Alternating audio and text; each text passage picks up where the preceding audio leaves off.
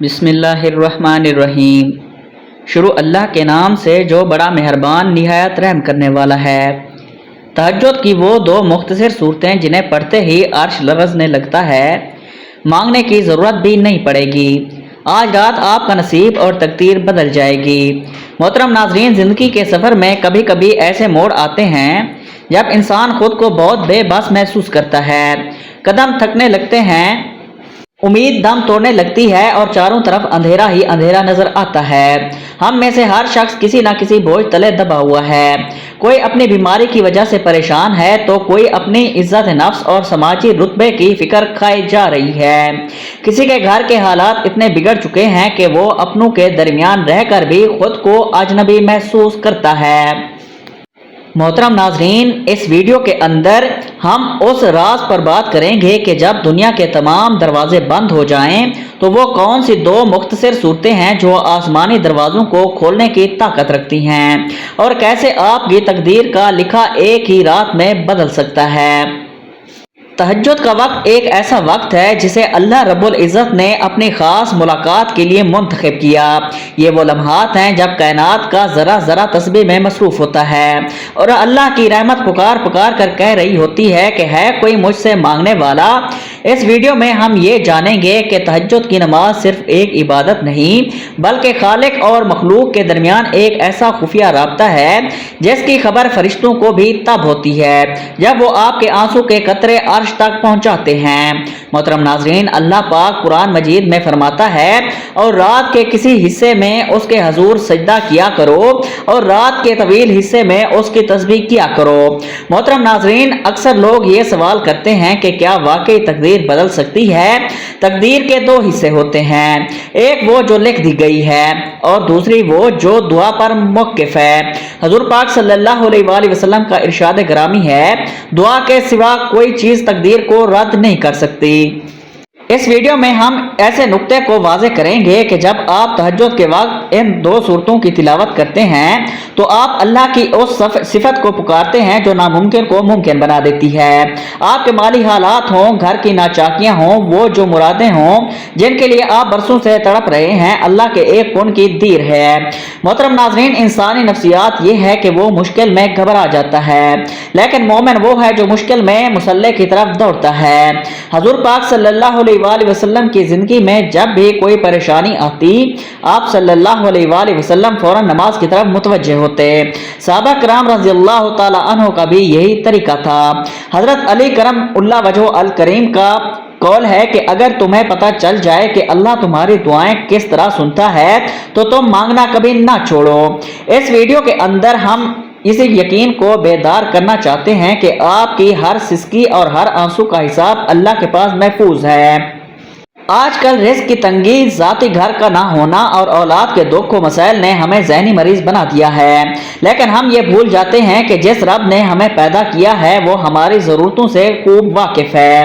محترم ناظرین، اس ویڈیو میں ہم یہ سمجھیں گے کہ سجدے کی حالت میں بندہ اللہ کے سب سے زیادہ قریب ہوتا ہے، اور جب تہجد کا سجدہ ہو تو اس کی تاثیر کا عالم کیا ہوگا۔ اس وقت تو اللہ کی رحمت بندے کے گناہوں کو ایسے دھوتی ہے جیسے بارش گرد و غبار کو صاف کر دیتی ہے۔ صحابہ کرام رضی اللہ تعالی عنہ کی زندگیوں میں ہم دیکھتے ہیں کہ وہ راتوں کو رو رو کر اللہ سے اپنی مرادیں مانگتے تھے اور دن میں اللہ ان کی تقدیر کے فیصلے ان کے حق میں فرما دیتا تھا۔ ہمیں بھی اسی راستے پر چلنے کی ضرورت ہے۔ ابھی تک ہم نے ویڈیو میں یہ جانا کہ تہجد کا وقت اللہ سے قربت کا سب سے بہترین وقت ہے، اور یہ کہ اللہ کو صرف ہماری نیت اور اخلاق درکار ہے۔ تقدیر کا بدلنا کوئی افسانہ نہیں ہے بلکہ یہ اس خالق کا وعدہ ہے جو فرماتا ہے کہ مجھ سے مانگو میں عطا کروں گا۔ محترم ناظرین، ہم دنیا کے سہارے ڈھونڈتے ہیں، ہم لوگوں کی منتیں کرتے ہیں، ہم سوچتے ہیں کہ فلاں شخص ہماری مدد کر دے گا تو ہمارا کام بن جائے گا، لیکن یاد رکھیے جب تک آسمان سے فیصلہ نہیں ہوتا زمین کی کوئی طاقت آپ کا نفع یا نقصان نہیں کر سکتی۔ اس ویڈیو کے اندر ہم اس روحانی طاقت کا ذکر کریں گے جو ان دو صورتوں میں چھپی ہوئی ہے۔ یہ صورتیں پڑھنے کے بعد جب آپ اللہ کے سامنے اپنے ہاتھ پھیلاتے ہیں تو فرشتے آپ کی دعا پر آمین کہنے کے لیے اتر آتے ہیں۔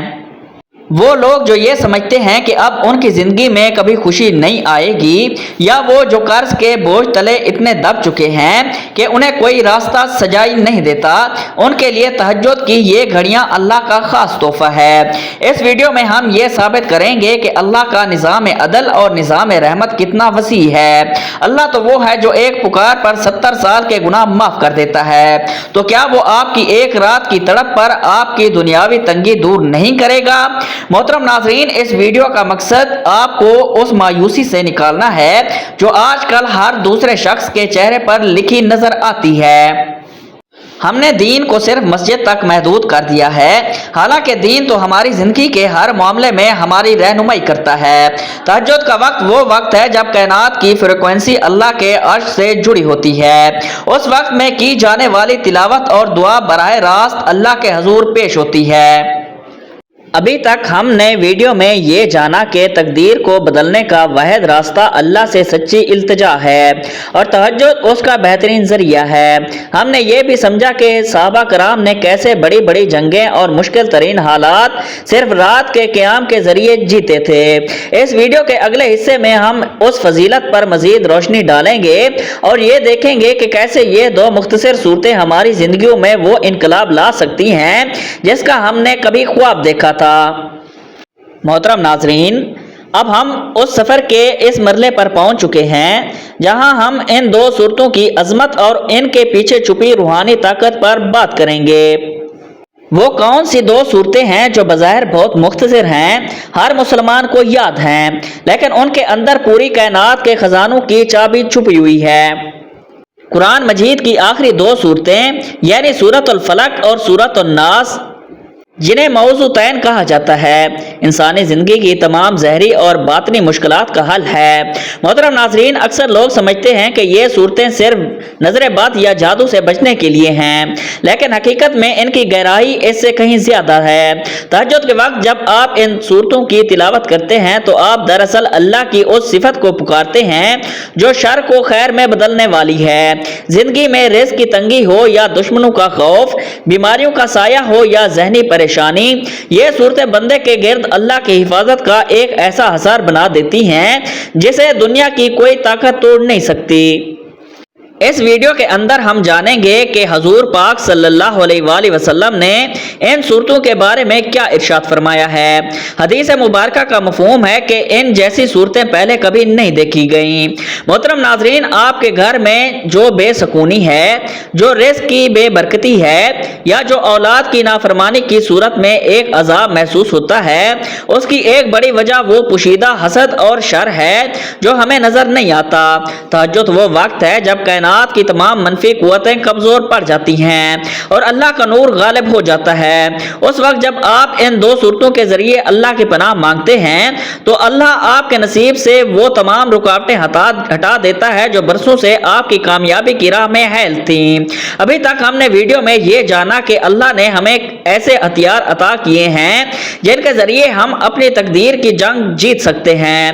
صحابہ کرام رضی اللہ تعالی عنہ کی زندگی پر نظر ڈالیں، وہ جب کسی مشکل مہم پر جاتے یا جب مدینہ میں قحط پڑتا تو وہ راتوں کو ان صورتوں اور تسبیحات کے ذریعے اللہ کو پکارتے۔ حضرت عبداللہ بن عباس رضی اللہ تعالی عنہ فرماتے ہیں، جس نے رات کے پچھلے پہر اللہ سے مانگا وہ کبھی محروم نہیں رہا۔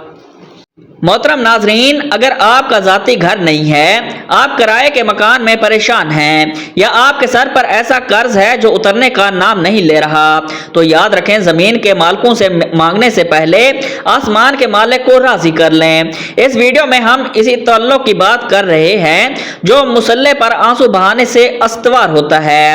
اس ویڈیو کے اندر ہم اس نفسیاتی پہلو کو بھی اجاگر کرنا چاہتے ہیں کہ دعا مانگنے والا کبھی ہارا ہوا نہیں ہوتا۔ جب آپ تہجد میں ان دو صورتوں کو پڑھ کر اللہ سے کلام کرتے ہیں تو آپ کے اندر ایک ایسا اعتماد پیدا ہوتا ہے جو پہاڑوں کو بھی ہلا سکتا ہے۔ تقدیر بدلنے کا مطلب یہ نہیں کہ صرف حالات بدلیں گے، بلکہ اس کا مطلب یہ ہے کہ اللہ آپ کے لیے وہ راستے کھول دے گا جن کا آپ نے تصور بھی نہیں کیا تھا۔ حضور صلی اللہ علیہ وآلہ وسلم کا فرمان عالی شان ہے کہ اللہ حیا فرماتا ہے کہ اس کا بندہ ہاتھ پھیلائے اور وہ انہیں خالی لوٹا دے،